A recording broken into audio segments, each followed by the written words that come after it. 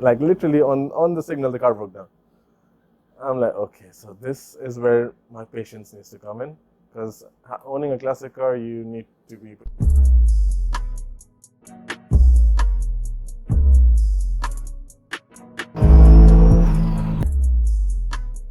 My name is Raheel.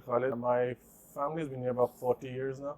So my father came from Pakistan, where I'm originally from, and he moved to Ras Al Khaimah initially, and then he moved to Dubai, and he's been with one particular job for the last 32 years, and now recently he's retired. Okay, so basically I just turned 18, and I was applying for my license, and this thing is with my dad as well, that before he got his license, he had his car.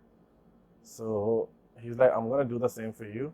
So before I did my final test, he actually bought me a Honda Civic, which was a VTI 2005. And every guy's Honda Civic for the first car, mostly, if you're a car guy. So that's how I got into cars, because since I was young, I've always been going to car shows with him, when the Dubai Motor Shows used to happen back in the day. So then I started building it, started learning about cars with that car. I learned a lot on this car. So I went to pick my license on the car. So basically, I did not have a license that time. Drove to the place where he got the license, and then I picked the car up and then took the license and came home. And then I moved to England after that. And then one sad day, I hear that my dad has sold the car now because nobody's driving it. It's just sitting there rotting. So I'm like, okay, so I don't know what to do when I come back. If you remember, if you're from here, back in the day, Mamzar used to be a big scene for cars. So we used to do a lot of JDM shows back in Mamzar. When you start modding the car, you do small drives, you do those JDM meets in Mamzar back in the day. So that's what I did. And modification, not majorly because I wasn't big into modification that time. It was just keeping it clean, wheels and suspension, basic stuff, yeah. When I moved to England as a student, you don't have a car and you miss the car scene. So I had friends who used to live there. So my friend over there used to have a BM, I think it was a 5 Series back then. And we used to roam around. And England BM is like a lot of Pakistani British boys have a lot of those cars. So we've done a lot of drifting and that, snow drifting. We've banged into walls. It's a lot of fun, but then dangerous as well. But yeah, good times, yeah. Okay, so the Mini, basically, when I was really young, I used to enjoy Mr. Bean, and I believe everybody's watched it, and he's a hilarious guy. You've seen the struggles because he's not much of a speaker, which I consider myself also is not much of a speaker, but I'm speaking a lot right now. Anyway, but the thing is, you start watching Mr. Bean, you see the iconic car, and it's so much fun, like the small and fun car. Everybody you look at, you're like, like it makes you happy. And even right now, when you drive around, anytime, day and night, people are just waving at you to give you a thumbs up. It's always like fun. So I saw the car over there, and I was like, one day, maybe one day I can probably get it. So I came back from England, and I had seen that car over there. And I talked to my dad about it. I'm like, there's this so and so car, and maybe if you are interested, I can ship it over. Then we started finding out how we can ship it, and my uncle lives in England, so he helped me with it. And I shipped that car over there from England to Dubai. It's a right-hand drive, first thing, so it has to be on classic plates. So after the custom clearance and everything, I did the registration, and I'm trying to drive the car back home, and the car broke. Like literally on the signal, the car broke down.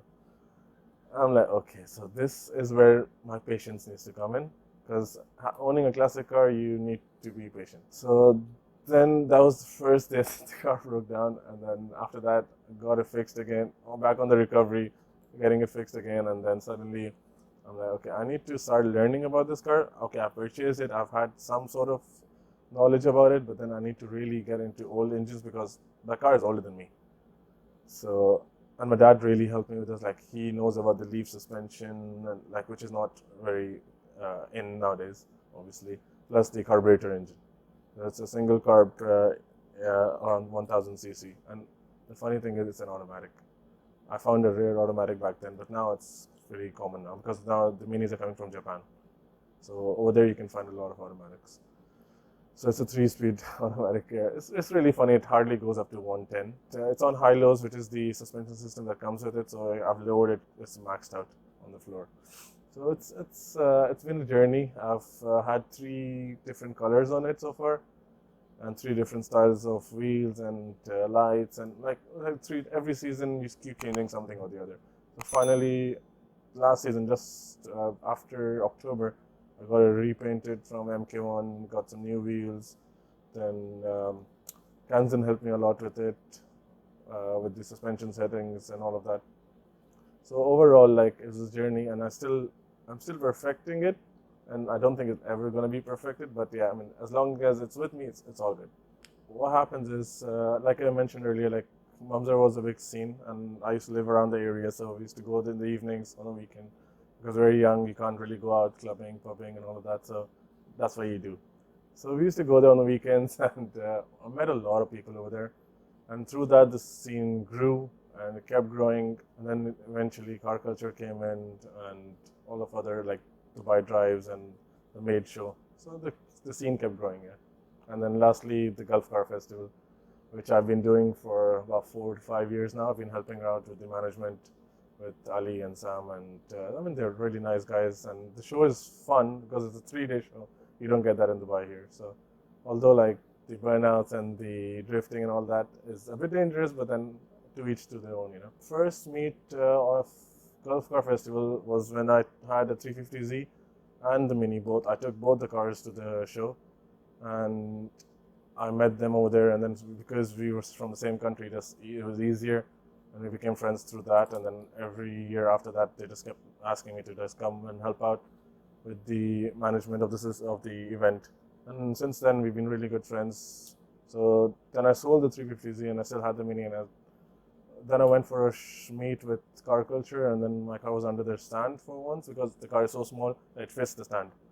So yeah, that's how I met Dan, and I mean, then we became friends from there. And Dubai drives have their own little aspect of car shows because they have their car meets and the drive, so you get the best of both.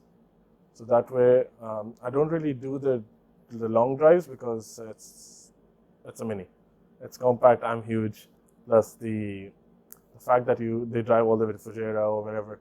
So I mean, it's a really long drive for the car itself. But wherever they do the coffee meets, I'm always there. Yeah. And then we do the meets at City Walk as well, the City Overdrive.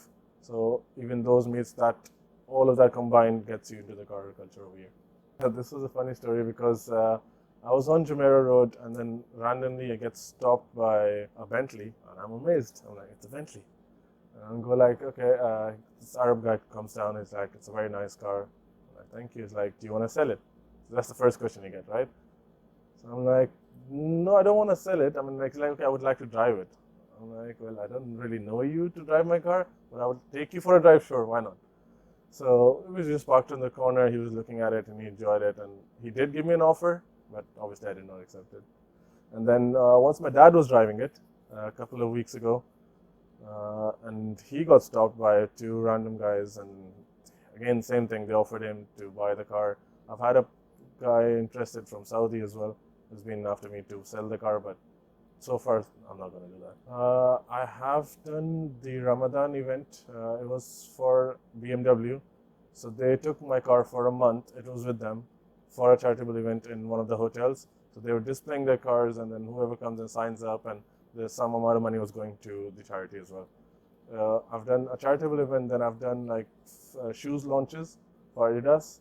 So Adidas contacted me, and they took the car for their latest, like not latest now, but like almost a year ago, they had the night joggers.